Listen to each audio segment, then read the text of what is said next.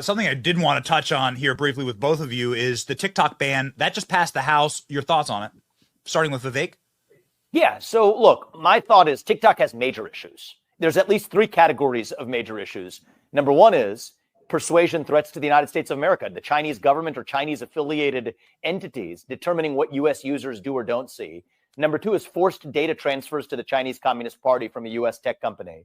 And number three is addictive tendencies in kids under the age of 15. Major problems.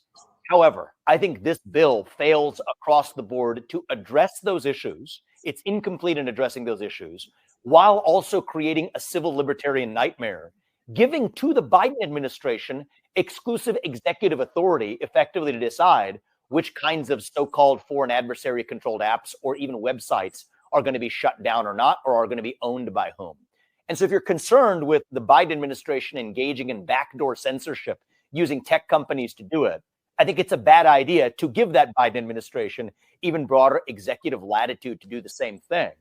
If you want to address the issue, as I do favor doing, address the issue across the board. Social media in kids under the age of 16, it's an issue. Address it. Force data transfers to the CCP. I don't like it if Google's doing it. I don't like it if Airbnb is doing it. I don't like it if TikTok is doing it. Deal with it across the board rather than in a company-specific manner. And the specific manner in which this bill is written does two things.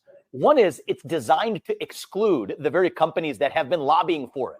This is a Facebook lobbying bill. That's a dirty little secret in Washington, D.C. It's designed to exclude U.S. companies from being burdened.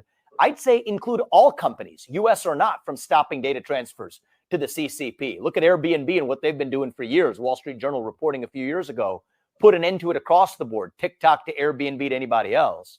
And the other thing is don't give this much unfettered executive authority to a president, including currently, that would be President Biden, to even broaden the scope of using tech companies, be they Google, be they TikTok, be they Facebook, be they YouTube, to do through the back door what the government couldn't do through the front door. So that's my view, is a wrong bill to at least accomplish a worthy goal, accomplish it in the right way, ban the behavior rather than playing whack-a-mole one company at a time.